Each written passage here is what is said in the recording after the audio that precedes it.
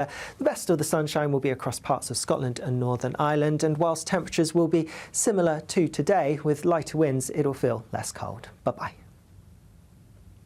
Expect a warm front, moving from the kitchen right through to the rest of the house. Boxed Boilers, sponsors of weather on GB News. Hi there, I'm Michelle Dewberry, and I'm going to take a second to tell you all about my show, Dubes & Co. We start off with the issues of the day. We then bring in both sides of the argument. We get rid of the disrespect. And then you throw me into the mix. And trust me, I'll tell it exactly how it is. And then, of course, the magic ingredient, you at home. We mix it all together, and what have we got? In my opinion, the best debate show in town. Monday to Friday, 6 till 7 on GB News, Britain's news channel. Sunday with Michael Portillo from 11, only on GB News. My next guest's book will certainly provoke you. Lord Saatchi's book, Orgasm, probes 21 such ideas, chapter by chapter, in a stimulating reading experience, covering subjects from geopolitics and etiquette to the economy and the afterlife. Whereas Saatchi argues that rigorous thinking can create a blissful mental experience. Well, the title is Orgasm, and I try to investigate the question of whether it's possible for there to be an orgasm of the mind which is equal in bliss to a physical orgasm. That's very interesting. And theoretically, the way that arises, I'll finish. Theoretically, the way that arises is by addressing conflicting ideas and then for there to be a revelation of true wisdom. That's the purpose of the book. And I think you can sum up British politics completely in 2 sentences. You'll understand very well, Mike. Conservatives are efficient but cruel. Labour is caring but incompetent. So you can see there that if you have a situation in which the Conservative Party turns out to be, in people's opinion, inefficient and cruel, well, then you're likely to have a very bad election result, which is exactly what we just did. And why? So you have quite a lot to say to Kemi Badenoch. I mean, the first thing you would say to her would be, read my book, please, I suppose. Well, that's absolutely the first thing. It's a perfect Christmas present for her to give, as I was saying. So that's number one. So after she's done that, well, then her level of wisdom, which I'm sure is already very high, will be greatly increased, and she'll be able to address the complex, provocative, controversial issues aired in this book. GB News, the People's Channel. Why go out on a Friday night when Friday night comes straight to your home? Talking about? Join me and my A-team of top pundits. Chemistry tonight is electric. As we tackle the big stories of the day with wit, insight and fearless energy. Man of the people. It's all vibe. Just a filing cabinet on wheels with a tie on. So, order in Friday Night Live with me, Mark Dolan, every Friday at 8, only on GB News, the People's Channel, Britain's news channel.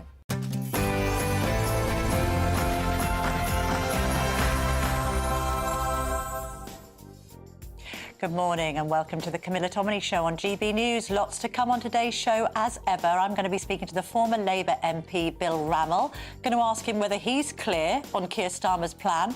Do you know the difference between a milestone, a pledge, a pillar and a mission? I'm not sure I do, but we'll try and drill into that a little later. I'm also going to be joined by the Shadow Chief Secretary to the Treasury. He's also a former Conservative chairman, Richard Fuller. Going to be asking him about the rise of reform.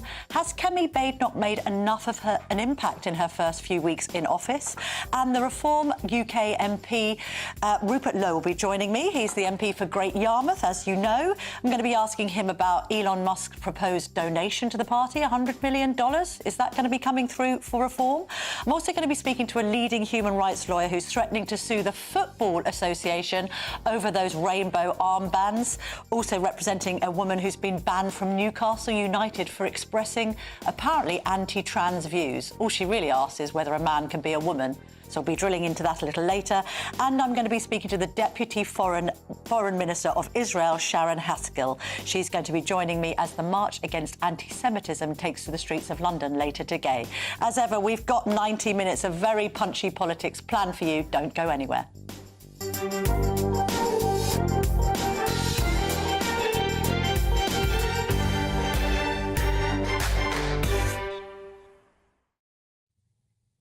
Well, before all that, let's delve into the Sunday papers with Giles Kenningham. He's a former head of press at Number 10, but also now working for Trafalgar Strategy, where you're a PR guru and reputational advisor, Giles.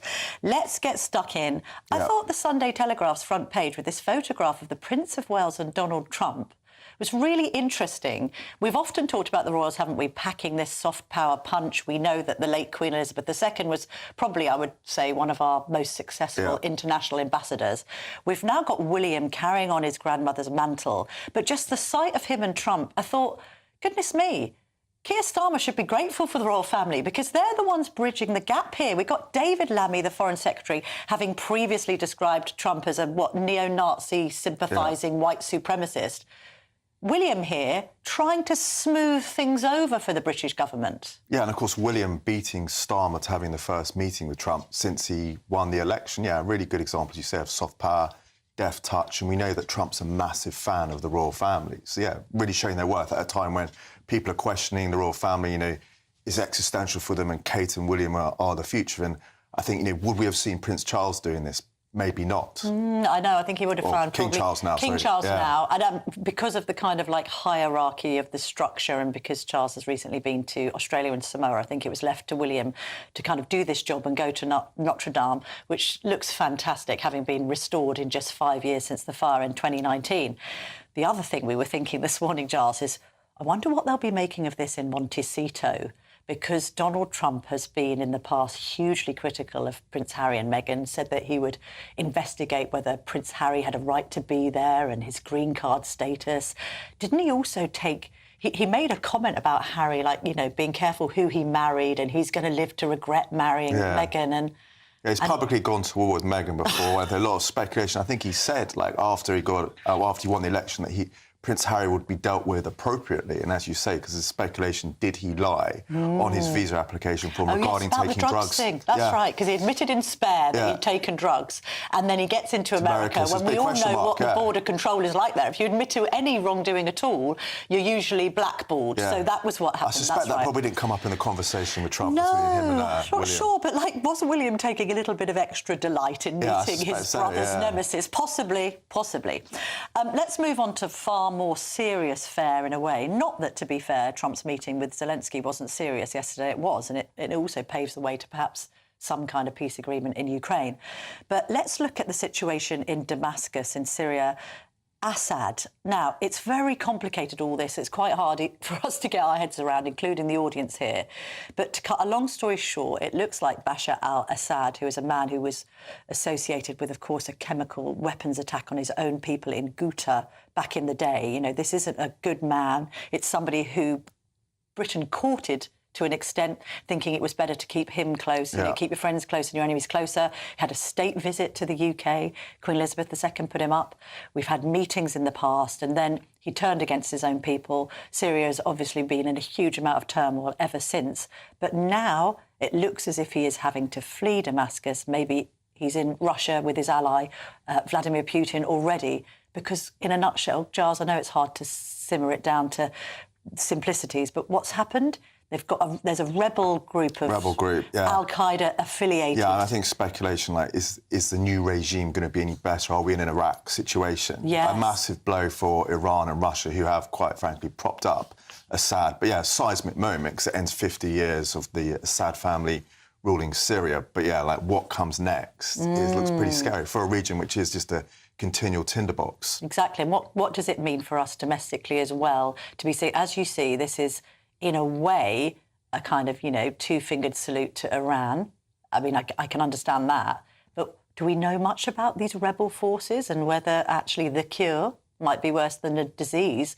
None of these people who seem to want to run this Middle Eastern country seem to be, in any way respecters of democracy, or indeed some of the people living here. No, and indeed, in speculation that Syria then gets split into three, so you've got three different faction groups, not dissimilar to Iraq as well. So, yeah, I think... And also, we have the hangover of all of these conflicts because we end up with people who have been radicalised coming here and trying to cause us mischief. Yeah. I mean, how does Keir Starmer get involved in this? Obviously, we had the whole situation with, David Cameron and the proposed bombing of Syria and the row that we had in Parliament over that. How does the Prime Minister play this one? Yeah, well, I think it calls for him to intervene and say something. But I think it's very difficult to say at this stage because it's such a fast-moving situation. Where do we end up? But yeah, worrying anyway. And do we know where Assad is now? You suspect he's probably gone to Russia, right? That is the speculation. And obviously... But also maybe that has an impact on diverting Putin's attentions away from Ukraine for a while. I don't know whether that then poses an opportunity for some kind of brokered ceasefire there. Yeah, and does Putin put more resources into Syria, or is he going to pull them all out? Yes. And, what's he going to do? To defend his interests. Interesting one. I mean, it's Trump's rhetoric yesterday, actually, when he went to Notre Dame, he sort of summarised it by saying the world appears to have gone quite crazy. I mean, just in general, his presence at the cathedral and him now front and centre on the world stage, quite clever diplomacy from Macron, isn't it, to try and get him and Zelensky in the same room? Yeah, absolutely. And Zelensky's sort of come out, hasn't he, said that he backs Trump's words in terms of wanting to find a resolution to the war. Not sure it's possible in the 24 hours that he Trump promises, pledged. yeah, indeed. Because he's famously said there were no wars when he was in power last time. So. There was an interesting story as well, I think it was in the Sunday Times, saying that the people of Ukraine were warming to the idea that some territory needs to be carved up, that in order for there to be a peace deal, that Russia may be able to retain some of the land that it's taken. Controversial, but I think somebody was quoted, maybe it was The Observer, actually saying, look, I'd rather a smaller and peaceful Ukraine than what we have now. Yeah, absolutely. Yeah. Let's move on to domestic matters. We've got Angela Rayner writing in the Sunday Telegraph, very no punchy. less. Yeah, indeed. Unlikely bedfellows. Very brave. Talking about getting Britain building. And what she's saying is naysayers no longer have the upper hand. This is repeating some of the Starmer rhetoric from his speech on Thursday at Pinewood Studios, which I was at, basically saying that he thinks that NIMBYists and naysayers are blocking house building from going ahead. I think it's a bit more complicated than that, and there's quite a lot of reporting this morning in the Sunday papers about whether we've actually got enough bricklayers, let alone any lofty ambitions to build 1.5 million homes. But what's your view on this? Because from a Telegraph perspective, it's interesting. She's written in that newspaper, you know, they might be associated with being NIMBYs. Yeah, I mean, traditionally they have been opposed to the raft of planning reforms you've seen successive governments roll out. Look, I think huge political conundrum for whoever's in power. If Labour do unlock the housing crisis and they do manage to build and young people can get on the housing ladder, I think they'll get re-elected. I think it'll be a massive, massive milestone, huge thing. What you think, putting a figure on house building and meeting that target as opposed to not putting a figure on immigration and not meeting that target might be a recipe for success for Starmer? Potentially. I think it could well be. I mean, controversial, what they're saying today is councils will have the ability to bypass planning committees. You see, this worries me. And just ride which obviously then means that local people won't be able to lobby the planning committee. No. So you are cutting out sort of the voice of local communities. So, yeah, I mean... It worries me that. I mean, when I was on my local paper, the Hemel Hempstead Gazette, I attended very many planning meetings, both at kind of, Time you'll never get back, Yeah, indeed, both at a district and a parish level. And, you can turn around to say to people, you're being a NIMBY and not in my backyard and all the rest of it. But, often local people were trying to defend their own villages from being overdeveloped, which I think is a fair point to come from. Often developers would just run roughshod anyway and want to cram in houses, and the local people would say, well, that's great, you're going to build 40 flats, but you've only got 3 parking spaces. We don't want to be overriding local people who have got the best interests of their towns and villages at heart. We've got Ed Miliband wanting to put pylons up across the whole of the UK. What are we now saying, that people can't object against those? No, but I mean, look, this is a perennial problem, and I actually think probably you do need to build on bits of the Greenbelt, as controversial as that is, if you're going to solve the housing crisis. Yes. I mean, brownfield first, greenfield second, but I guess this whole, problem that nobody has, no successive and also every time, homes, right? Every time someone talks about doing something, it creates more chaos in the system because everyone's waiting. It creates more uncertainty. So it's like, announce these reforms, but they need to step back now and actually let them bed in. And then finally, let's talk about the Mail on Sunday's story about Suella Braverman's husband set to defect to Farage's reform. Now, I was on the same table as Suella and her husband. What night was it? It was at the Parliamentarian of the Year Awards for The Spectator. He is quite right-wing. I remember reflecting on a conversation with him thinking, God, you're even more right-wing than Suella, which is saying something. Is that a brave move? Can we expect more people to defect to reform after Andrea Jenkins? If you look now, where's the political momentum? It's with reform. It's not with Labour. It's not with the Tories. I think it is a huge problem, an existential problem for the Conservatives. You've had Musk now saying he's going to donate 100 million dollars or pounds through Twitter, through X, to Farage. So I think, yes, I mean, you see they've got momentum and they've got this steady drumbeat of people who keep going over. Obviously now the big question is going to be, will Suella go? I suspect she probably will. I suspect this is all very choreographed. Well, I'll tell you who I'll be asking about that next is Rupert Lowe, because I'll be speaking to the Reform MP for Great Yarmouth in just a moment. I'm also going to be speaking to Bill Rammell, former Labour MP, asking him what he makes of Keir Starmer's mission stroke milestones, pledges, vows, whatever it is that the Prime Minister has come up with this plan for change. Can it change Labour's fortunes? Don't go anywhere.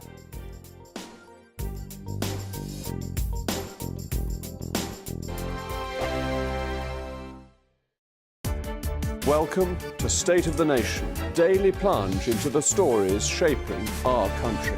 I'm Jacob Rees-Mogg, and Monday to Thursday we bring you the insights, the facts, the truth about how our country is being governed. Because what happens in Downing Street matters down your street. Tune in to State of the Nation every Monday to Thursday, 8 to 9 o'clock. Only on GB News, the People's Channel, Britain's news channel.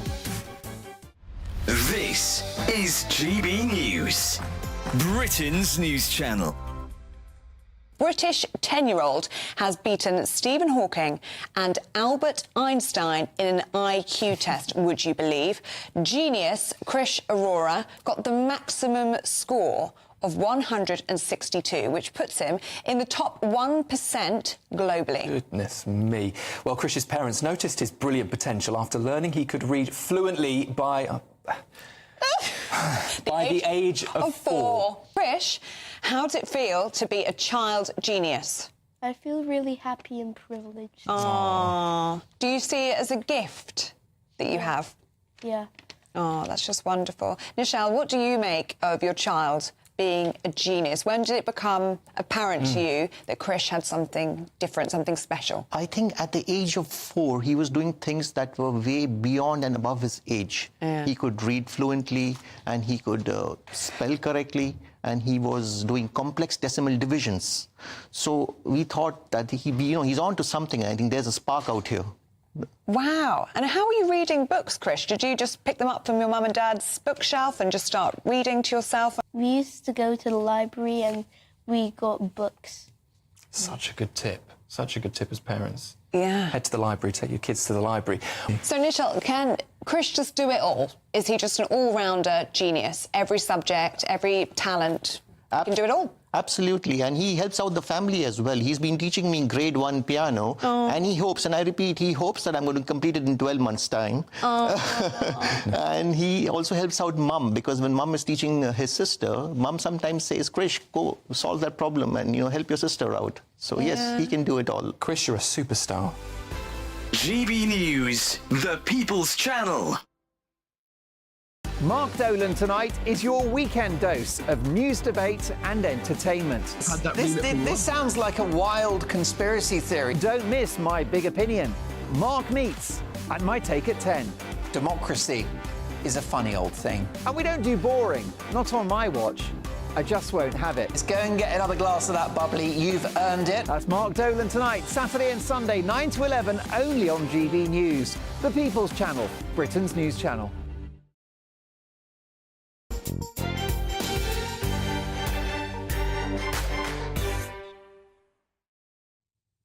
Welcome back. Well, a little earlier I spoke to the Shadow Chief Secretary to the Treasury, Richard Fuller. This is what he had to say. Former Tory chairman and Shadow Chief Secretary to the Treasury, Richard Fuller, joins me now in the GB News studio. Lovely to see you this morning. Good morning. Thank you very much indeed for being here. Thanks. I'm sorry, but I am going to start by quizzing you about Nigel Farage, of all people, because he appeared at the Parliamentarian of the Year Awards, which The Spectator put on in the week, and he said this: I've got a bit of a shock for you. I think that I and 4 other people, the newcomers into Parliament this year in the general election, were a shock, and I'm very sorry, but at the next general election in 2029 or before, there will be hundreds of newcomers under the Reform UK label. He said, we are about to witness a political revolution, the likes of which we have not seen since Labour after the First World War. Politics is about to change in the most astonishing way. Newcomers will win the next election. How concerned should Westminster be about the rise of Farage, particularly in the Conservative Party? Well, I think we should be worried about it because obviously the last election, with people voting for Reform and not voting Conservative, we've ended up with a Labour government with a very large majority that's doing things that Reform voters and Conservative voters don't think is right, like taking away the winter fuel allowance. It's very damaging. Jobs tax that's going to punish small businesses. So Mr Farage is talking big, but the fundamental maths of Westminster remain the same, which is we have a Labour government and we need to unite as opposition parties to try and defend the values that we share. So when you say unite as opposition parties, do you think a time will come that Reform and the Tories will have to get their heads together, form some kind of alliance to keep Labour out of power next time round?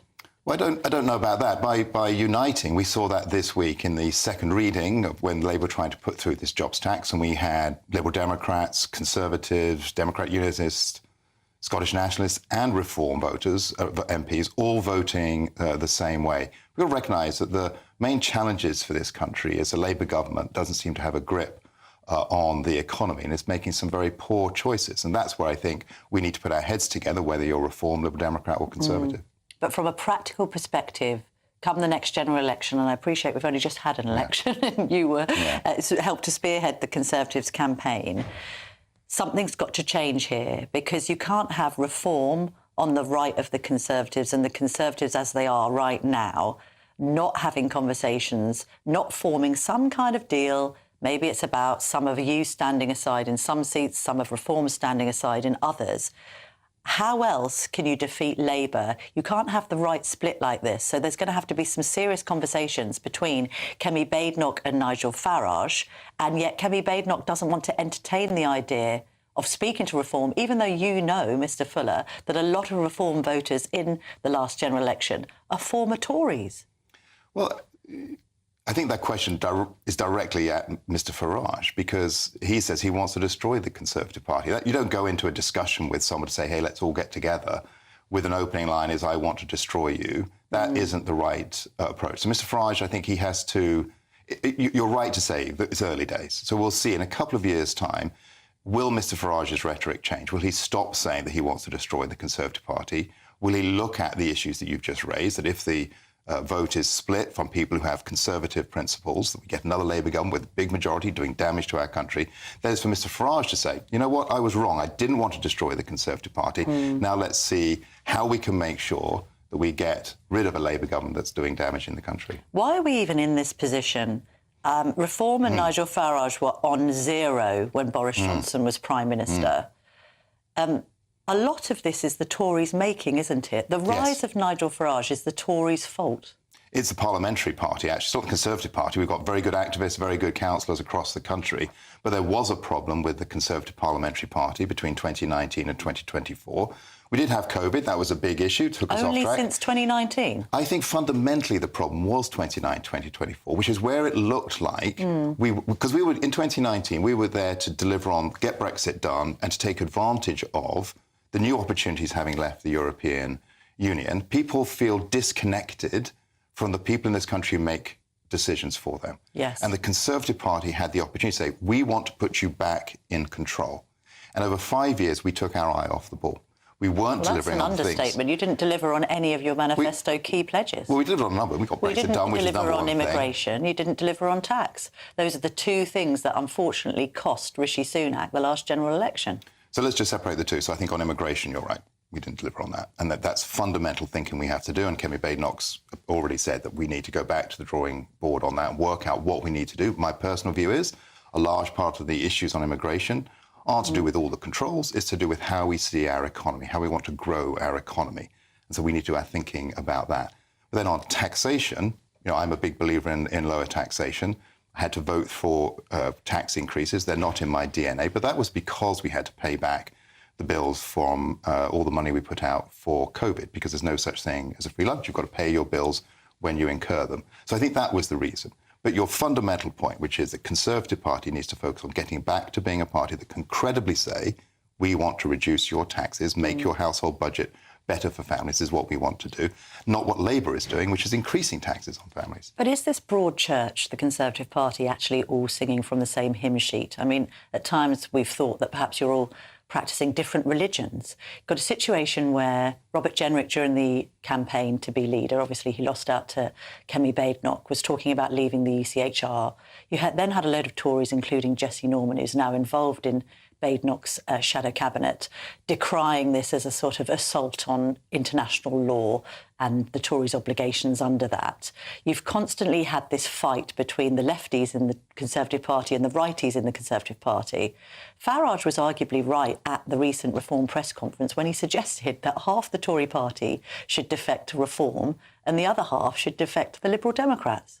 I don't think he's right at all. And, of course, having a debate in a broad-based political party is a good thing.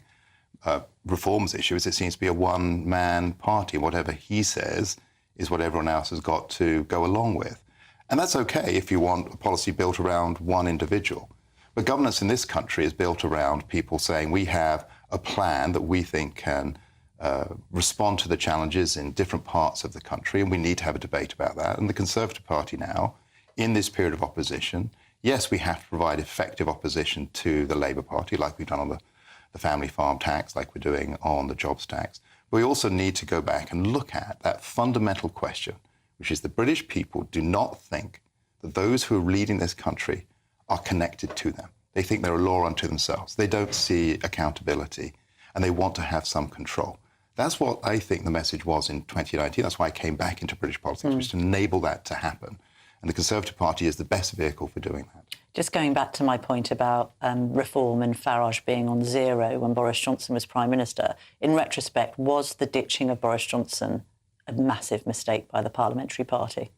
Well, I've been asked this question a number of times. My view in the last Parliament was we should not have got rid of Boris Johnson. I think that was a mistake, and my colleagues were asking the wrong question. They were saying, let's get rid of Boris Johnson. But you should never get rid of a Prime Minister midterm unless you really, really have to. That's just a bad thing to do because it's difficult to be Prime Minister. You can't put someone in on day one, essentially on a moving train 100 miles an hour and think that things are going to go well unless you've really thought about that. So my personal view has always been it was wrong to get rid of Boris Johnson. Do you think Kemi Badenoch's made a strong enough start? I don't mind telling you, Mr. Fuller, that we were at the GB News Christmas party last night. Thankfully, I'm teetotal, so I'm fresh as a daisy this morning. Yes, you are. Can't say the same for some of my colleagues, but that's another story. And there was a bit of a discussion about how the Leader of the Opposition had started, slightly shaky at PMQs. Somebody sort of made the point that she seems to have toned down a bit on some of her more punchy rhetoric during the campaign.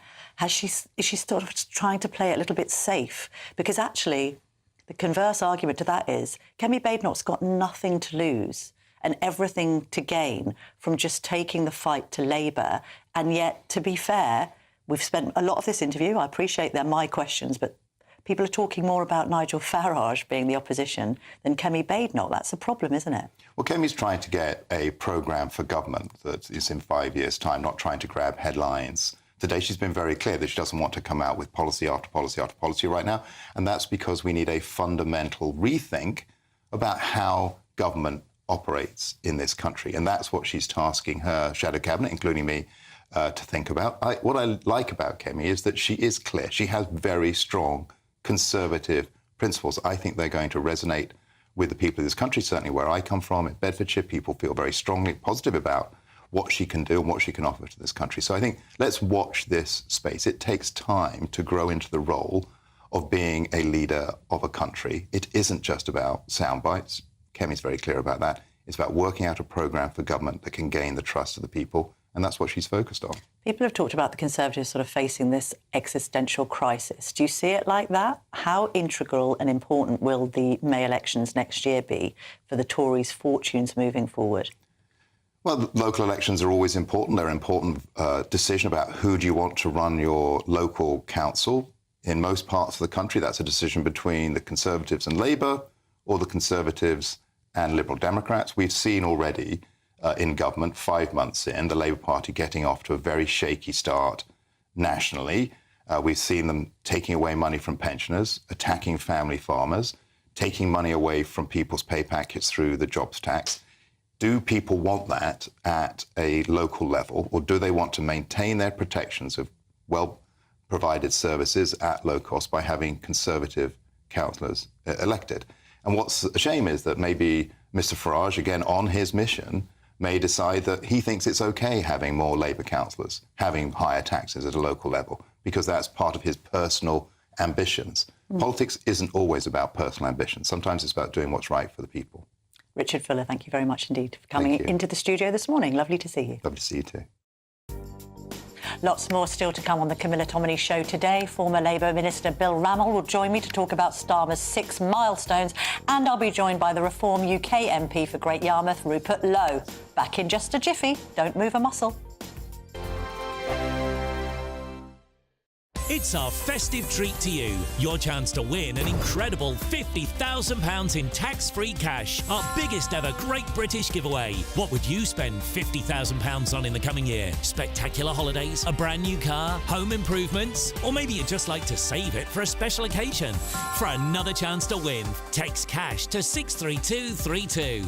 One entry costs £2 plus one standard network rate message, or text bonus to 63232. 5 entries cost £5 plus one standard network rate message. Go to gbnews.com/win. Entries start from just £2. You can call 0903 681 3232. Calls cost £2 plus your network access charge. Or post your name and number to GB10 PO Box 8690 Derby DE1 9TT. UK only. Entrance must be 18 or over. Lines close at 6 p.m. on the 31st of January. Please check the closing time if listening or watching on demand. Good luck. GB News Breakfast. Every day from 6 a.m. Millions are struggling to stay warm with the wet weather, the cost of living and, of course, cuts to fuel payments. Yes, winter is fast approaching, so it's crucial to find cost-effective ways to save on your energy expenses whilst staying reasonably warm. So joining us to provide advice on heating your home, or at least staying warm somehow, is one of the leading voices on lowering energy bills, Nick Miles. And you are very welcome in here this morning. I mean, a lot of people would say, well, in the olden days, you just used to put on an extra jumper. But actually, it's more serious than that, isn't it? What is the best way, the most cost-effective way to keep your home warm? Some of the bigger things is we need to do more things on insulating our properties, but actually sometimes, it can be simple things like turning down a thermostat. Those that have got the luxury of being able to afford energy bills and keep their homes on the thermostat a bit too high, if you just turn it down by one simple degree, as long as you keep it between 18 and 22 degrees, can save up to 5 to 10% of your energy bill. So that's a kind of a very simple way of doing things, but it can be other little tips and tricks you can do as well. Yeah, I was going to say, because I always get it when people say about this, but like 18 degrees is not warm for a house. No, and it's twofold actually. It's that kind of relative temperature, but also it's the kind of drafts and things you have in your house. So it's the comfort factor. So what we have a lot of old properties in our country. You've got some 8 million hard-to-treat properties built before World War II that have got poor insulation, but also very, very drafty. So it's the temperature and it's the kind of the draftiness of them that kind of keeps us uncomfortable. GB News, the People's Channel.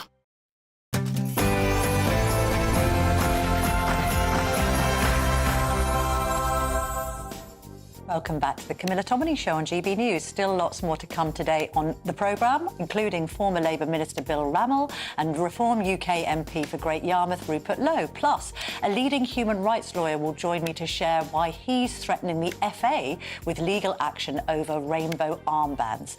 I'll also be joined live from Israel by Sharon Haskell, the Deputy Foreign Minister. But first, here's her news headlines with Sam Francis.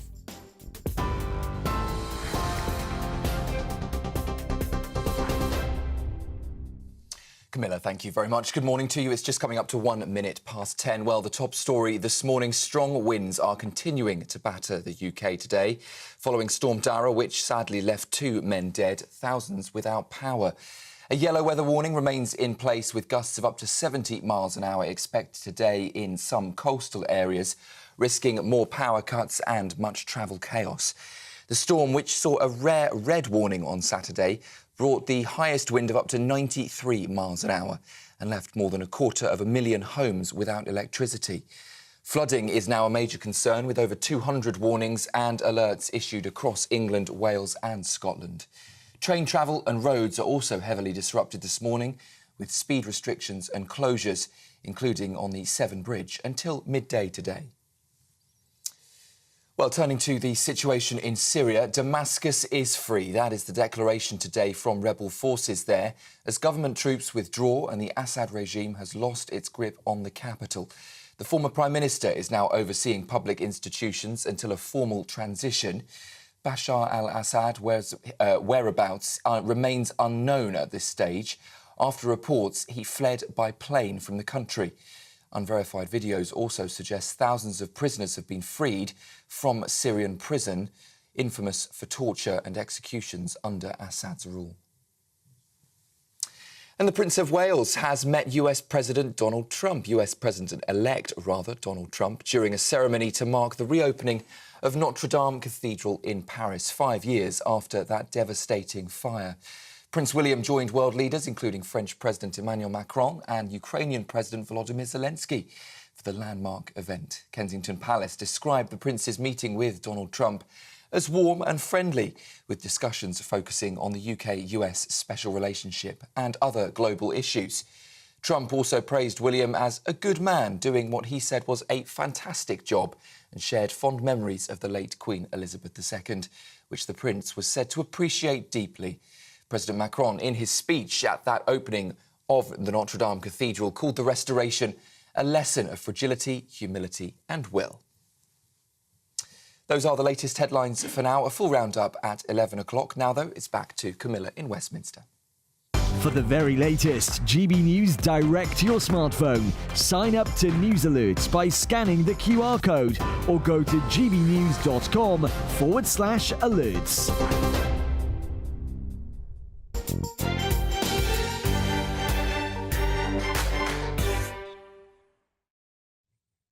Thanks for that, Sam. Now, still to come, I've got Reform UK MP Rupert Lowe and the Deputy Foreign Minister of Israel, Sharon Haskell, and a leading human rights lawyer who is threatening the FA with legal action.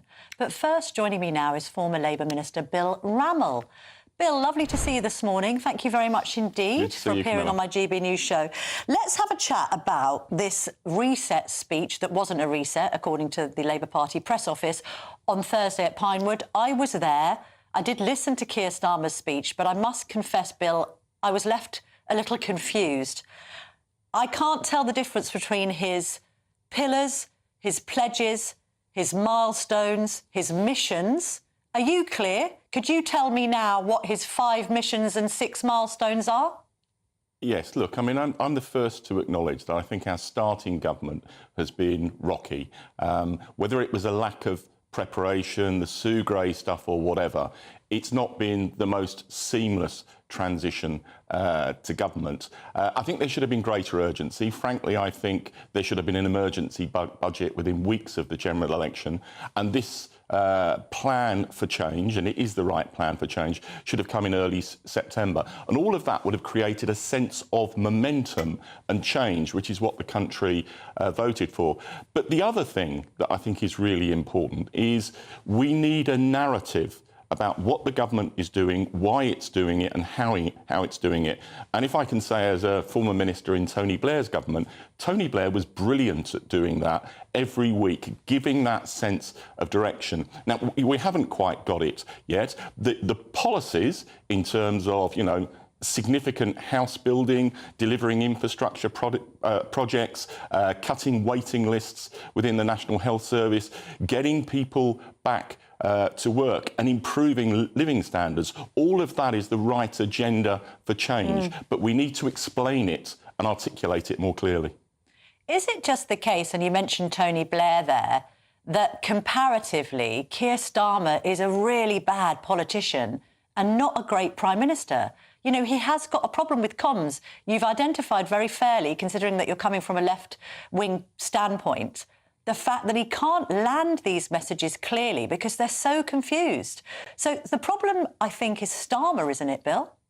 Well, look, I think Keir is a very, very decent public servant. I think he is a good Prime Minister and he's making the... Really? And I think he's making the right decision. Yeah, you know, the budget was necessary. These plans for change are what people voted for and can deliver the kind of opportunities and prosperity we need. But I would acknowledge Keir is not in the same league as a communicator as Tony Blair. Frankly, no one in Parliament today is. And you've got to work with what you've got. But I do think, and it needs to develop, and it needs to develop urgently. All the building blocks are there, but they need to be weaved together into a coherent narrative. And I think as well, some of that is about not just Keir doing the communications. I am struck with the new government that almost every major announcement, Keir is backing it up. Now, sometimes that needs to happen, but there are other effective communicators in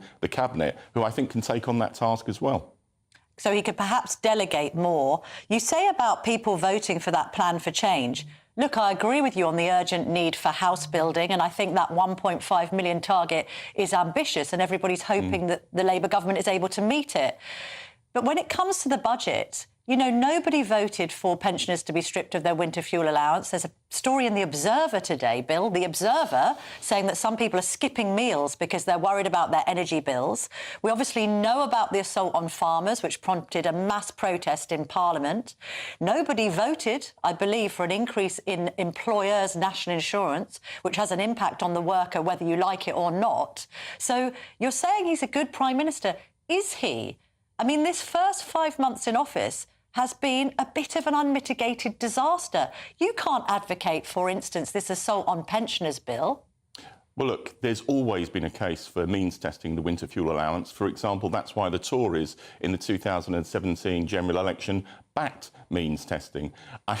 So I think that case is a sound one. I think the threshold is too low, and I hope that change will come on that front. But look, you know, we can have a debate about the size of the fiscal black hole that we inherited, but the reality is it's there. The Office for Budget Responsibility has said that if it knew back in March, around the time of the last Tory budget, what it knows now, its forecast would have been materially different. That's as close as the OBR comes to saying that the government, the last government, lied to them. You know, there were a whole host of spending commitments, like hospitals, like defence, that simply weren't funded. And baked into the forward Tory spending plans were cuts to non-protected areas that were colossal, and even the Tories, had they won the general election, would not have implemented. So, you know, I think the budget was justified. I think some of the opposition is overblown. You know, farmers can still pass on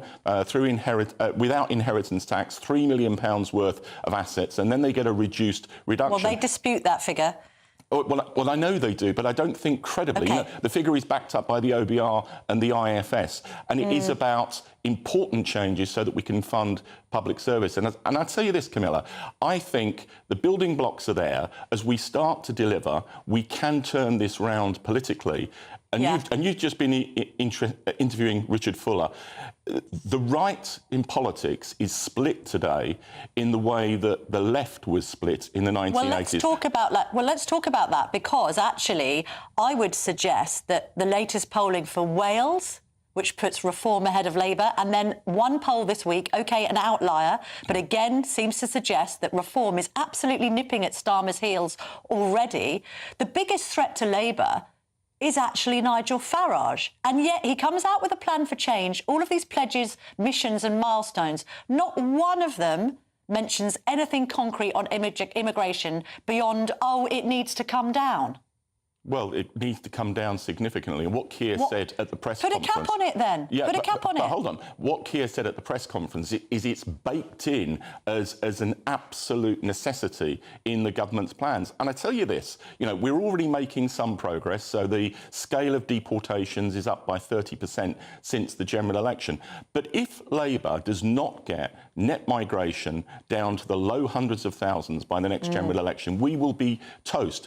And, you know, the threat from Reform, I think the poll this week was an outlier. The other polls, they're not brilliant for the government, but they put Labour a couple of % ahead with Reform in third place. It's not where we want to be. But I think part of what needs to happen is you need to take on reform. You know, Farage is great as an insurrectionist. He's not good at deliverable solutions. Okay. You know, his plan to send people back to France is simply not workable. You know, he was committed at the general election to £70 billion worth of cuts in public spending. That needs exposing.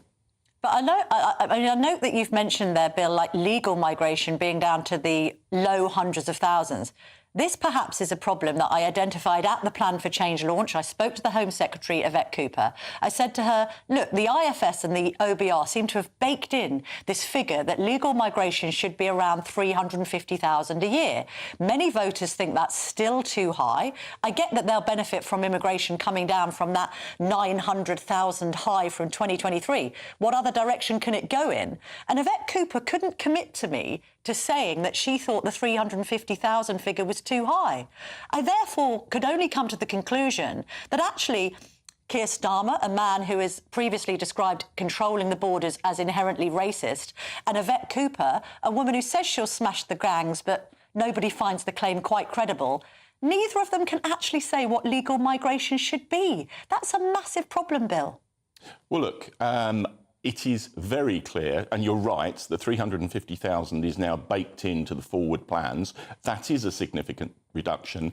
I know that Keir and Yvette and the government want to get it lower than that. And that means, one, a focus on illegal migration. But where the Tories got it wrong was that's an incredibly small proportion of the net migration figures. It's about 3%. What we've got to do is to get more British people taking jobs that people from overseas currently do. That means you need to raise the minimum wage. And one of the very welcome aspects of the budget was a triple the rate of inflation increase in the minimum wage. We need to review and cut the list of acceptable sectors that can recruit foreign workers. Okay. And the government's already started that process. But the numbers need to come down and need to come down significantly. Bill, you mentioned at the beginning of this interview, you made a little reference to Sue Gray and the problems that plagued the first few weeks of Starmer's administration. We now read this week that, along with Sadiq Khan apparently getting a knighthood for doing his job, as far as I can tell, we've then got talk of Sue Gray being given a peerage. Why should she be rewarded for failure? She had one job and she bungled it. Why should she now go to the House of Lords? Well, look, I don't know what the reality of that is. But what do you think about it as a proposition? Well, nevertheless, Sue Gray made a significant contribution to government as a civil servant. She took on the task of liaising between the party in opposition and the civil service. And I know, but she bungled her last big job. Only in the civil service do you fail up this spectacularly. She bungles her job and she gets ennobled. Well, look, you know, all sorts of people who bring expertise and experience end up in the House of Lords. I don't know if Sue Gray will be one of those. But look, I worked with Sue when I was a government minister, and I had the highest respect for her. She was an extremely good civil servant. The bit that I'm not sure of is whether she had the expertise and experience to make that transition to the other side of the fence. Okay. And I think that may have contributed to a rocky start for the government. Bill Rammell, thank you so much for your time this morning. Always willing to come on GB News and make the arguments for Labour, in the absence, by the way, of actual ministers. Angela Rayner didn't want to come on the show today, still haven't been able to speak to Rachel Reeves, still haven't been able to speak to Keir Starmer. Don't know what they're afraid of. You're not afraid, Bill Rammell, and we appreciate your contribution. Thank you. Thank you. Coming up next, we're going to be speaking to the Reform UK MP for Great Yarmouth, Rupert Lowe. And we'll also be talking about, with him, that poll that does put Reform ahead of Labour. What does it all mean for the future of politics in Westminster? We'll be discussing that and more next. Don't go anywhere. This is GB News, Britain's news channel. As Strictly Come Dancing approaches its iconic Blackpool episode, marking halfway through the competition, visually impaired dancers across the country have spoken out about how groundbreaking the casting of Chris McCausland is, who suffers from, if I hope I'm saying this correctly, retinitis pigmentosa, and they have found him particularly inspiring. We've been talking, Sean, about how how the casting of Strictly has been inspiring to so many people. But I imagine there'll be lots of people who are watching this at home finding your story of resilience really inspiring, because you've obviously really been through it. Is dancing something that has sort of, you know, helped keep you going through all of those troubles? And what does it mean to you to see casting like this on a show like Strictly Come Dancing? Like I say, all the things I went through. So those 9 years when I wasn't dancing, you know, I was still dancing in my head and just banging on to other people. Very much not just people with sight loss. You know, I've been a big advocate for people with social isolation. So many people on their own now, social anxiety, especially since COVID. And I just want people to get out. The stuff that I'm doing and all the stuff Chris is obviously doing, it will inspire others. Again, like I say, just not people just with sight loss. I had so many people come up to me in the early days, guys, and now that say, you know what, Shawnee, I've seen you do it, so I'm just going to do it. But you just got to get over yourself, because if you bother to do the maths, you know, because all it is maths and walking. Yeah. You know, that's all it is. Maths and walking actually sounds quite difficult. Sean, thank you. Oh, come on, mate. Can you shout? Can you walk? Crack on. Sean, you're an inspiration. Thank you, mate, for joining us this morning. Really appreciate it. You're a star, and so glad. Just before I go, I'm just going to say this is Kev. Here's Kev.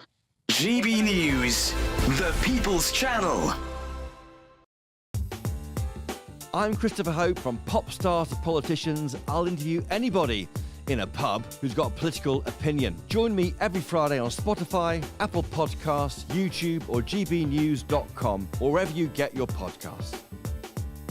This is GB News, the People's Channel. Join me, Nana Akwe, for an informative, interactive news programme with a difference. It's fun. No, he didn't say that, though.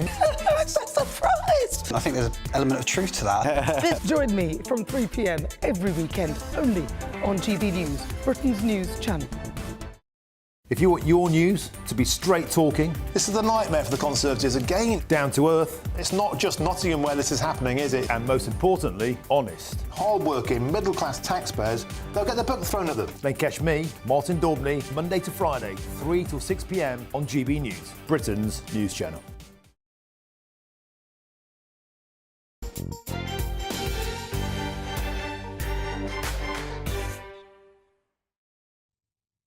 Welcome back to the Camilla Tominey Show on GB News. Rupert Lowe, the Reform MP for Great Yarmouth, joins me now.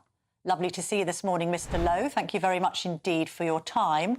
Can we talk about this Elon Musk... Morning, Camilla. You've got me at a disadvantage this morning. I've got a terrible cold and an eye infection, but I'm here.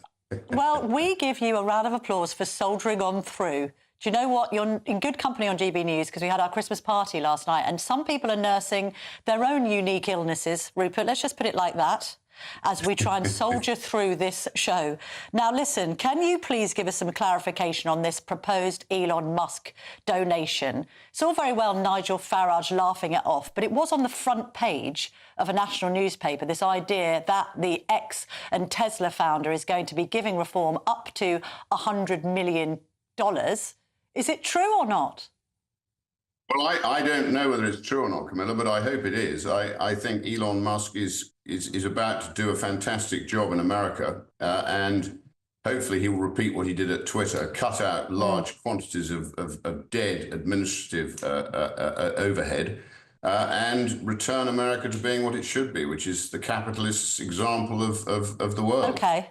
But I thought Reform was a sort of anti-globalist movement, and yet you're quite happy to have a foreign investor plough all this money into your British political party. No, I think we're pro-sovereign nations, Camilla. We're pro-accountable government, you know, which can be kicked out if it doesn't perform. We don't like globalist organisations. What we like is sovereign nations who basically work together to trade with each other freely. And generally, sort of, they're accountable. That's what we like. Yeah, but hang on a minute, isn't Musk, of anyone, the head of a global organisation? I mean, I appreciate you're probably talking about the IMF and other such bodies, but in what world, if he did give you this money, doesn't that place Nigel Farage right in Elon Musk's top pocket? Well, I think the globalists, Camilla, have hidden behind this increasing amount of bureaucracy licensing, lawmaking, and the rule of law is not the rule of law. So I think anybody who cuts that away, a bit like cutting away the dead wood, is to be applauded. And I applaud Elon Musk. He set his businesses up himself. He's built it up from nothing. I know how difficult it is to build up a business, and I applaud anybody who does it. And unfortunately, anybody who does it now is fighting the forces of government, who are basically like a headwind trying to stop you achieving anything. And if you do achieve it, taking all your money away. What would Reform have to give Elon Musk in return for his investment in your party? Well, look, Elon Musk is his own man, and I think he will make his own decision, Camilla. But I will, as one of the 5 Reform MPs, I will welcome him in any way he can help us. So he can't help us directly because he's an American citizen, but he could help with in other ways with think tanks and other things. But I'm concentrating, as you can probably see, on exposing quite how ineffective Parliament is. I'm doing my best. I think the 5 of us are showing that if you had a proper opposition, we would be able to expose the idiocy, the stupidity, and the lack of competence of not only the front bench, but most of the Labour Party and the entire civil service. And we intend to do that when we win the next election, Camilla. OK, so when it comes to winning the next election, how is Reform feasibly going to do that? I was at your press conference last week, had a long chat with your new chairman, Zia Youssef. Clearly, he's putting the hours in to professionalise the outfit. You've had your first defection from Dame Andrea Jenkins. Are there, first of all, more in the offing? We've got a story in the Mail on Sunday today to suggest that Suella Braverman and her husband are considering jumping the Tory ship. Well, I think Suella's husband has joined us. I mean, I don't think we want. I don't think we want to be the home for every Tory who decides to defect. But there are some good Tories, because the Tories you want are the everyone Tories. You can get, don't you? Reform is reform. And in answer to your first question, look, we're a young party. We are putting in the infrastructure. We are intending to do our best. But I think people know that when you have a young company or a young political party, we might be a bit rough around the edges. We don't have the answers to everything. But if you read our contract with the people that we've drafted so far, it's based on common sense and logic. And anything that we do will continue to be based on that theme. And I think, Zia's doing a great job setting up the structures. He's got the necessary skill set to be able to do that. Meanwhile, we're doing what we need to do in Parliament. So in answer to your issue on the Tories, I would say to you that the Tory party is currently broken. Kemi Badenoch, who's an extremely charming lady, has got a huge job to do. The first thing she's got to do is clean out Tory party head office, which is not fit for purpose. And the second thing she needs to do is purge her party of the MPs, the Cameronite One Nation Tories, who are not Tories. Now, we can do that. We can do that because we can attract those Tories. So if she can't do that huge Herculean job, then Reform is now there to unite, and I don't call it right, far right, or anything else, to unite common sense and start to get some sensible government back into Britain. That's what we can do, and we're doing it. All right. Look at the polls. Are you saying? Look at the polls. So, hang on, I know the polls are looking very positive for Reform. We've already spoken about that on the show this morning. But sorry, in reference to your comment earlier about we don't want Tory rejects. Sorry, are you saying you don't want Suella Braverman? If Suella Braverman wants to come across to Reform... we don't want every Tory to come over to Reform. There are Tories who speak common sense and are logical and have been extremely frustrated by the split within the Tory party, many of whom should be Lib Dems. They should go and join the Lib Dems, not be Tories. They're not Tories. So I think sensible Tories will hopefully come over to us. But what I said is we don't want every single Tory who feels like they want to come and grub themselves a seat with Reform when we do lead the polls, which we surely will. OK, all right. So you don't want sort of left-leaning Tories. We can understand that. Richard Fuller, the former party chairman, now the shadow chief secretary to the Treasury, has said that ultimately all Reform are going to do, and I appreciate this argument's been well laboured, it was well laboured during the election campaign, but he's not wrong when he says that, again, you're just going to split the vote and let Labour through. I mean, this is the problem. Unless the right unites, you're going to probably have to stand back and watch another Labour victory. I appreciate they've had a terrible 5 months, but we've got another 4 years of this. Who knows what might happen? It might improve. I mean, look, it's like Groundhog Day. You ask this question every time. The fact of the matter is we did stand down. I ask it to try and get an answer if I can. Yeah. I'll give you one. Always give you the same answer. The fact is we did stand down last time. And how many what majority did the Tories have in 2019 thanks to us standing down? 80 seats. Tell me one thing the Tories did with that majority which you think they should be proud of. One thing. But that's not the answer to the question I've asked. The answer to the question is how does reform address the criticism that all you're doing is allowing Labour to be victorious again? You're standing from the sidelines saying they're rubbish, they're rubbish, they're rubbish. The Conservatives are echoing you in saying Labour are terrible. We can't have more Labour. And yet, because you both won't cooperate with each other on the right, Labour and the Lib Dems are better at politics than you guys. Labour and the Lib Dems cooked up a victory. Reform has got 5 seats. The Tories are on their knees. You guys need to get your heads together and you need to unite the right. We did cooperate last time and we gave the Tories an 80-seat majority. Labour, don't worry about Labour. What you've got is a two-party system which is serving itself and it's serving the civil service. It's not serving the British people. So the issue is the monopolistic two-party Reds and Blues. And the British people are seeing that now. What we need is a light blue, new colour, new party change. And don't worry about Labour. Labour are doing their best to eviscerate themselves. You know, they're not going to win the Red Wall seats, nor are the Tories. We will. They're not going to win the coastal seats, nor are the Tories. We will. A lot of the communities, you know, that have been let down, we will win. London and Birmingham, can I say we'll win those? I mean, they're almost lost causes, Camilla. You know, there's the problem, as we know, is immigration. It's causing the country so many problems everywhere. It's responsible for almost every issue that we've got. And yet, as you quite rightly said in the previous interview, which I caught the end of, did Labour, in their sort of whatever it is, 5th iteration of their relaunch, did he even mention immigration as a major issue? No. That tells you what the problem is. Yeah, but then at the same time, people look at your people's contract and they ask themselves whether it is credible to suggest that we should have net zero migration. You know, we had a documentary in the week, I'm sure you must have watched it, with Fraser Nelson on Channel 4, talking about our worklessness crisis. You've got companies who cannot get people to fill vacancies because British workers don't want to do low-paid jobs. I appreciate we're in a vicious cycle of importing immigrants. That's soluble. You've got the DWP that's handing out money like confetti. It's not worth people's while working. Most of them are, you know, a lot of them are, there are people who are ill and can't work. You have to look after those. And as I've always said, Britain's got a hugely proud track record of that through our friendly societies. But, you know, there are a lot of indolent people who are basically taking the Michael out of the state. And what you have to do is stop that. You have to stop rewarding indolence, and you have to start basically a society which respects people who work hard, people who contribute, people who actually take risk. And you need to cut out a load of the regulation. You start to let people interface with each other on the basis of caveat emptor, which is what we always used to have. You know, what we've now got is rafts and rafts and rafts of people working at the Health and Safety Executive, other sort of unaccountable quangos, and I'm about to blow a big thing in my constituency on all this.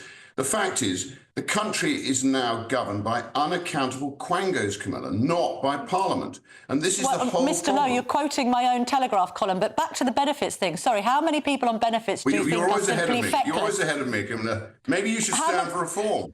I think the country, frankly, has suffered enough. I'll stick to journalism. We know what happened the last time a journalist tried to run the country. It didn't go particularly well. We've got a unique skill set, and I'm not sure it's politics. That's true. No, I agree with you. Final question, Mr. Lowe. Final question, Mr. Lowe. Sorry, how many benefits claimants do you think are lazy, feckless and indolent then? I don't know exactly, Camilla, but there are a lot of them. I mean, you know, there are loads and loads. Just look at the way in which, you know, people are able to now sign themselves off with mental health post-COVID. You can't entirely blame them because the government made some extremely bad decisions regarding lockdowns and everything else, and that has badly affected our young generation. So we need to find ways of getting them back into work. Immigration isn't the answer. Getting our own workforce back to work is. All right, Rupert Lowe, thank you for muddling through a cold and an eye infection. We shall send some eye drops and some Vicks Vapor Rub your way. Thank you so much. Thanks, Camilla. Coming up next, I'm going to be speaking to the human rights lawyer Paul Conrath, who will be here in the studio, and he'll be joined by football fan Lindsay Smith to explain why they're threatening legal action against the FA following the rainbow armbands controversy this week. It's going to be a great interview, very insightful, and kind of speaks to this idea of cancel culture by the Football Association. Stay tuned for that. Don't go anywhere. Morning. Here's your latest GB News weather forecast from the Met Office. The worst of Storm Dara is now clearing away, but nonetheless it is still going to be a windy day for many of us. The winds won't be as disruptive as yesterday, but there will still be some strong winds around. There will also be quite a bit of wet weather, particularly towards eastern, southeastern parts of England. Some outbreaks of rain could be on the heavy side. A drier story further west, some sunshine breaking through, but all the time we do need to be aware that the winds could still be a little bit disruptive for some of us. So with that then, whilst temperatures will be around average for the time of year, when you factor in those strong gusty winds, it's going to feel several degrees colder. As we head through into this evening, and there could still be a few showery outbreaks of rain around some coastal parts of Scotland, mainly towards the east and southeast, further north and west, likely to be generally dry, and with some clear skies through the evening, a touch of frost developing quite quickly overnight. Clear skies likely through the evening across parts of Northern Ireland too. Meanwhile, across parts of Northern England, a cloudier story, some outbreaks of rain pushing in, and then a bit of a west-east split across central southern parts of England and Wales, driest and clearest towards the west, staying pretty cloudy with further outbreaks of rain towards the east. Overnight there will still be some more outbreaks of rain, though they will be fizzling out a little bit. It will really just be mainly across the far southeast where we continue to see rain through much of the night. Elsewhere largely dry with clearer skies towards the northwest, and here temperatures are going to drop lowest. A touch of frost is quite likely, even some patches of fog perhaps, but elsewhere a bit milder first thing tomorrow morning. As we go through tomorrow itself, then high pressure is building, and that's going to calm our weather down quite markedly through the beginning of next week. And with that then, there'll be a lot of dry weather around, still some outbreaks of rain, mainly towards the southeast, and a few drizzly spots perhaps elsewhere. The best of the sunshine will be across parts of Scotland and Northern Ireland, and whilst temperatures will be similar to today, with lighter winds, it'll feel less cold. Bye-bye. Hi there, I'm Michelle Dewberry, and I'm going to take a second to tell you all about my show, Dubes & Co. We start off with the issues of the day. We then bring in both sides of the argument. We get rid of the disrespect, and then you throw me into the mix. And trust me, I'll tell it exactly how it is. And then, of course, the magic ingredient, you at home. We mix it all together, and what have we got? In my opinion, the best debate show in town. Monday to Friday, 6 till 7 on GB News, Britain's news channel. Mark Dolan tonight is your weekend dose of news, debate and entertainment. This sounds like a wild conspiracy theory. Don't miss My Big Opinion. Mark meets and My Take at 10.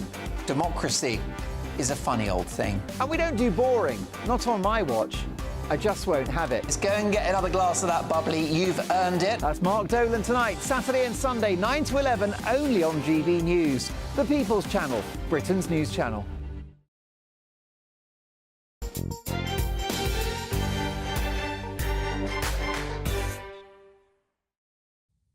Welcome back. A leading human rights lawyer is threatening to sue the Football Association over its use of rainbow armbands and laces, claiming it breaches rules on political impartiality and clothing. The lawyer Paul Conrath joins me in the studio. I'm going to speak to him very shortly, but first I want to speak to one of his clients, Lindsay Smith.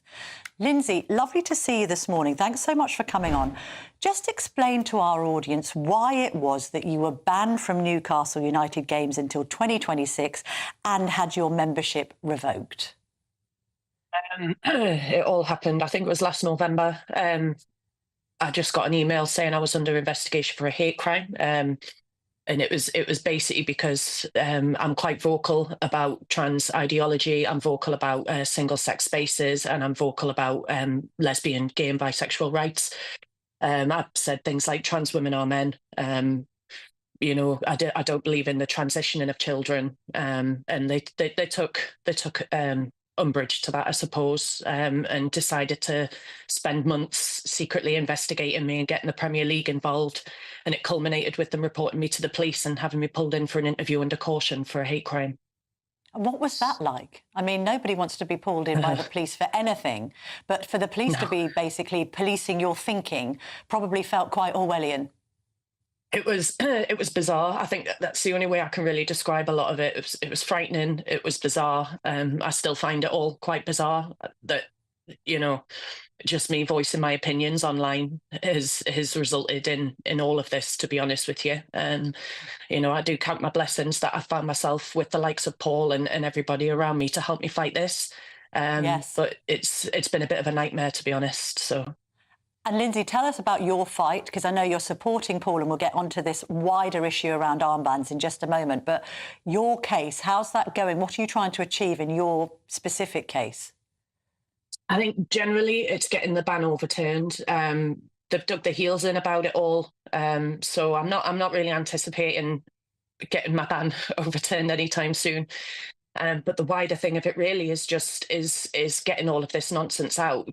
You know, they haven't got the right to do this to people just because they don't agree with some views I'm sharing online, and just because I have a certain outreach on my social media, it doesn't give them a right to then take probably the only joy I have in my life that actually helps me forget about everything, you know, which was looking forward to my match days every week, you know. I mean, I still follow them, I watch them every week, but I would be lying if I said that something wasn't broken in everything. No, I can imagine. You've been a Newcastle fan all of your life.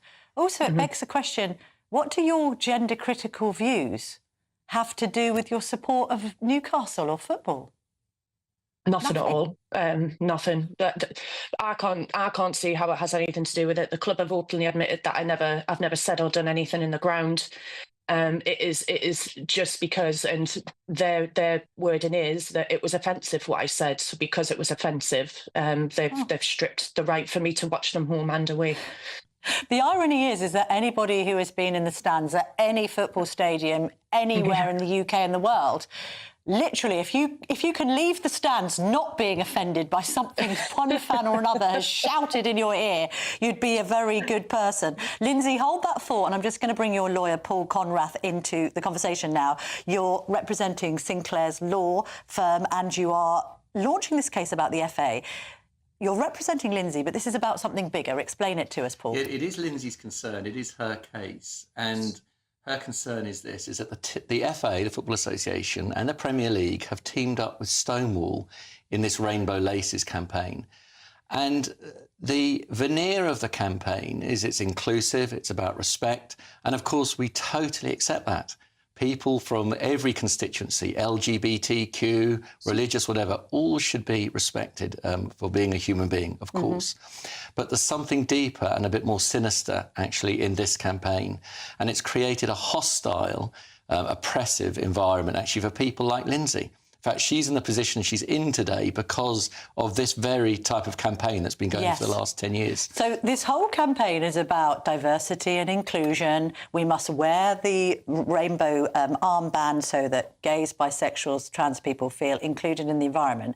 However, what we don't want to do is include anyone that doesn't subscribe to our own gender ideology. So if you're gender critical, I'm sorry, you're excluded, and you're not just excluded kind of like on a sort of you know, philosophical basis, you're actually going to have your season ticket taken away in the case of Newcastle. And gender critical, I mean, this phrase has real practical meaning. It means Lindsay is concerned that for men playing in women's sport, she is concerned about biological men going into women's changing rooms. She is concerned that if she expresses an opinion, trans women are men, that she'll get banned, of course, which has happened. And so there's something very oppressive and profoundly impacting about what's going on at the moment. And just on the law, Lindsay's right to say that trans women are men, that is as protected, is it, as Stonewall's right to criticise Lindsay, if I've put it that absolutely right. That gender-critical view, we can call it, has been recognised by the courts as protected in law. And so here there's discrimination. You know, if you hold to gender ideology, that you can be born in the wrong body, Stonewall can say that, but also Lindsay can say her views, that that's not correct. And in fact, she can raise concerns about these issues, as many other people have concerns. And what is the kind of law around the wearing of these armbands? Because I'm confused on it. I thought that in the Premier League, players weren't able to display any political statements. Is the Pride armband, in your mind, a political statement? Well, absolutely. The laces and the armband are part of a political campaign. And this is very... I'm just going to counter-argue and say, no, well, they'll say it's part of a kind of human rights movement. It's just about including people who are gay and lesbian and transgender into the football scene.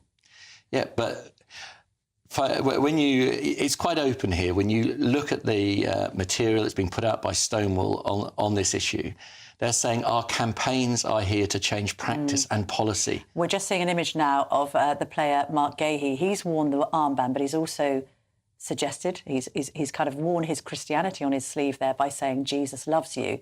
That's courted some controversy this week. There's this argument that he should be wearing the armband but not with any slogan on it. So are they saying that if you put a Christian slogan on, that is political? Well, the rules actually ban religious language and imagery and political language and imagery. And what's here is essentially is a double standard. It's just rank hypocrisy. The FA are saying we'll sign up to this ideology and we'll promote the LGBT activism and political cause. Yes. In other words, men in women's sport. You can't disagree with with someone's gender identity. No. But also, what's your view, for instance, there's a Muslim player, isn't there, Sam Morsy, he plays for Ipswich Town. He doesn't want to wear the armband. Would you fight for his right not to wear the armband, even though I know that you are obviously pro-inclusivity when it comes to people who aren't heterosexual? Yeah, he should be... In fact, he shouldn't be wearing the armband. If he was following the rules, as he is doing, he is following the rules. So you're saying no one in the Premier League should be wearing this armband? Absolutely. Should they be wearing any armbands? What about, it's Remembrance Sunday, we're all going to have a black armband on. Is that political? Well, here we're concerned about a very contested political issue, which is about gender ideology, gender identity, men in women's sport. This is a very contested political point. Whether these other matters are political is maybe an open question and is a matter for debate. But what is clear in this situation is that this is political. How about Black Lives Matter? Was that political? When people wore armbands and took the knee on football fields across the UK? I think it's probably fair to say it was. OK, so you're saying that the FA is actually breaching its own rules with its support both of rainbow armbands and BLM? Well, the focus of this case and the direction of this case is about the Rainbow Laces campaign. That is what we're focused on. And we're saying, actually, politics should be out of football. We want to come together on that which unites us, on not that which divides us. All right, let me be devil's advocate here, because we have had a problem, haven't we, particularly in football, of gay players being reluctant to come forward. I think there's more openness in the women's game. Had a number of players say, look, I'm a lesbian, accept me, I want to play, and that's fine. I think in the men's game, very, very few gay players have come forward. I would imagine statistically there must be a few more than are admitting to it. Is this partly down to campaigners like you, that you are saying, well, don't wear the rainbow laces and therefore creating a hostile environment for gay players in the men's game? Now, there are different ways to bring about inclusion and to celebrate people's differences. We can celebrate people's differences, but we don't need to put in place rules that punish you if you don't agree with a particular standpoint. And this is the case here with the FA's rules. You are going to get in trouble if you don't toe the line on something that you do not agree with. This is compelled speech. It's violating the consciences of various different football players who don't agree with this stuff. And also it's a concern to people who are in the stands, people who are football fans. They say, I'm not going to football to sign up to this cause and that cause that I don't agree with. Although they should be signing up, shouldn't they? I mean, say Kick It Out, the anti-racism campaign, that's slightly different, isn't it? Because it's saying, look, no player should be subjected to racist abuse. No player or the stands shouldn't really be open to homophobic abuse. And yet we had Matt Lucas, the former Little Britain star, who's a massive football fan, say that regularly when he turns up at his club, people are hurling homophobic abuse at him. Well, of course, if there is homophobic abuse and if there is a breach of the criminal law, then the police should be involved in it and action should be taken. There's no doubt about that. And we stand totally with that. Lindsay would totally agree with that. How far can this case go? Where are you with it at the moment, and what are you seeking? Damages from the FA? Now, what we're seeking, in fact, is that they recognise that they've acted unlawfully, they've acted in breach of their own rules, they've been discriminatory, they've been irrational. And we're asking that they back down and they acknowledge that, and they don't do this again. And if they don't back down, then we will be taking the matter to court. OK. Lindsay, back to you. I mean, back when you tweeted this suggestion that you didn't believe that trans women were women, you in fact think that trans women are still men, that was extremely controversial at the time. It was like, you know, J.K. Rowling was in the process of being cancelled. Everyone was extremely sensitive. Nobody could say anything. Has the tide turned a little bit? Because I'm now thinking that people who do express gender-critical views, that they're not instantly cancelled, at least. There are attempts to cancel them, but I think we're having more of an open conversation about some of these issues now in 2024 than we were back in 2019, 2020. Yeah, I think we've got a lot of the court cases to thank for that. The amount, you know, Maya Forstater and things like that. The more gender critical cases that are won, the more people are feeling emboldened and confident, I suppose, to start speaking their mind about these things. I think we owe a big thanks to the Cass report.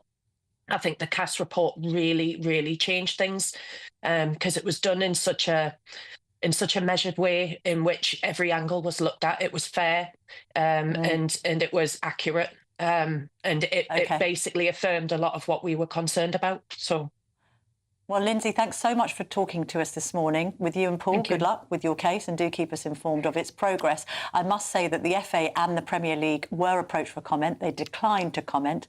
Newcastle United were approached for comment too, and we will update you if they return our calls. Thank you very much indeed, Paul. Thanks for being in the studio. Well, coming up next, I'm going to be joined by the Deputy Foreign Minister of Israel, Sharon Haskell. She'll be discussing anti-Semitism being on the rise in the UK as Jews and indeed people fighting against anti-Semitism will be marching on the streets of London today. This is the Camilla Tominey Show, only on GB News. Good Afternoon Britain isn't just about us. The wonderful thing about this programme is it's about everyone watching. It's an interactive programme. Well, there absolutely is something to see here, and we're going to be talking about it more. Whether it's breaking royal news, Will, please bring us up to date. Or indeed a particularly punchy speech in the House of Commons. Very, very curious. We bring it to you live, and then we bring you live reaction as well. That's Good Afternoon Britain, weekdays from midday. Only on GB News, the People's Channel, Britain's news channel. Friday night live with Mark Dolan from 8 p.m. You know, whenever I want to have a laugh, I will fire up a Ricky Gervais special on Netflix. He's funny, isn't he? Very politically incorrect. I might watch a vintage episode of Fawlty Towers if it hasn't been cancelled. Or I could just read up on the latest musings from the Welsh Labour government. And this week they have waged war on the countryside, which is apparently unwelcoming to British people of colour. Well, it's true, isn't it? I mean, those racial checkpoints in the Wye Valley are completely unacceptable. And the snowy bits of Mount Snowdon scream white privilege. Can you believe this story? It's proof, if you needed it, that Welsh Labour are barking mad and talking a load of shih tzu. I think what's so interesting about this, I mean, this is an absurd question. This is ridiculous. Obviously, dogs and the countryside are not inherently racist. I think this entire connection between what is effective cultural Marxism in addition to what is effective socialism that is at the heart of Welsh Labour and many other hard left groups in the United Kingdom. I got to do a correction. Go because on. It's not Welsh Labour. It was one little thinky-tanky that did some research. I know it was taxpayer funded, but it was just a suggestion. Welsh Labour have not gone, yes, that's a good idea. This research, which I wholly agree is quite absurd, was done by interviewing the 4% ethnic minorities of Wales, and they came out with the fact that they don't feel welcome in green spaces because there are so many dogs, and that's how this was born. I mean, I don't know whether that makes it make any more sense. And the fact that taxpayers are footing the bill for research like this is the real scandal. We had this earlier conversation about the National Health Service, where all of our money is going and being wasted, and it is also being wasted on absolute nonsense like this. GB News, the People's Channel. It's Patrick Christie's Tonight, and here We do things differently. It's explaining the absolute madness of this, doesn't it? It's explosive. I mean, this is very good. It's lively. 850. Your government sat there, Sean, and it did nothing. It's controversial. And the Middle East has been in turmoil since before I was born. It's everything you need to kickstart your evening. Everyone's had their Weetabix tonight. I love to see it. That's Patrick Christie's Tonight, weeknights from 9 p.m. Only on GB News, the People's Channel, Britain's news channel.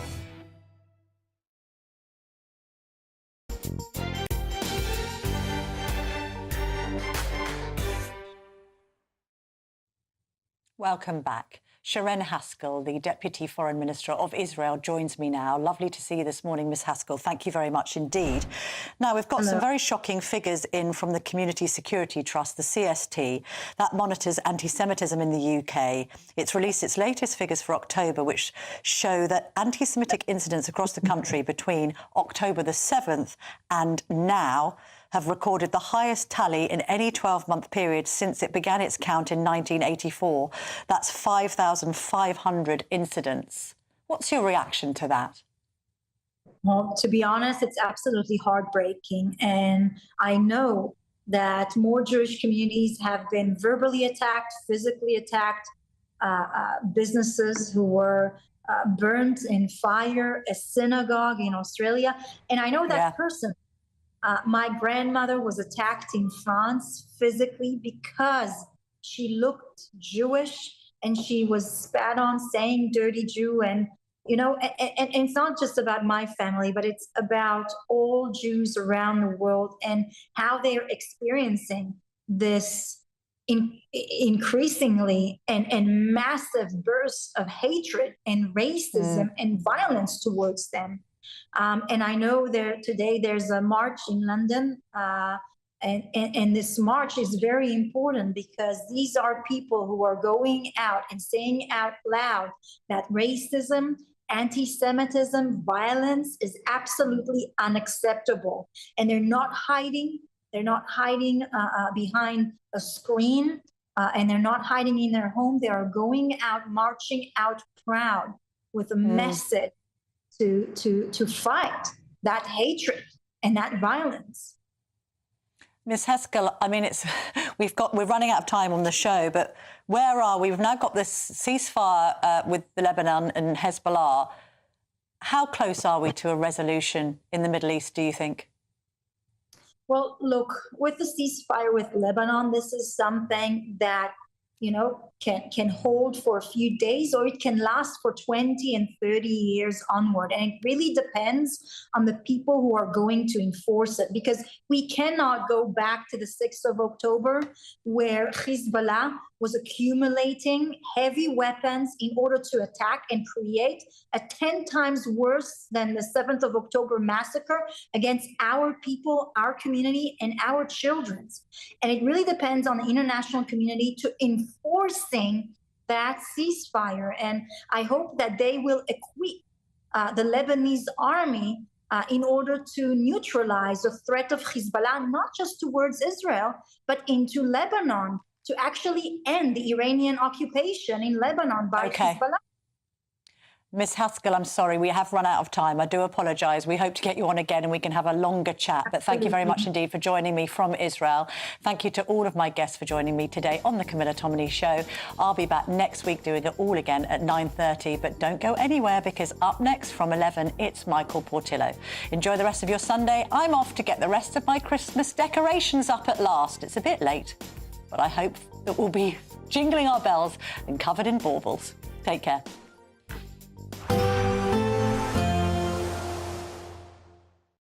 We'll see a cold snap, which will quickly develop into a warm front. Boxed Boiler Repairs, sponsors of weather on GB News.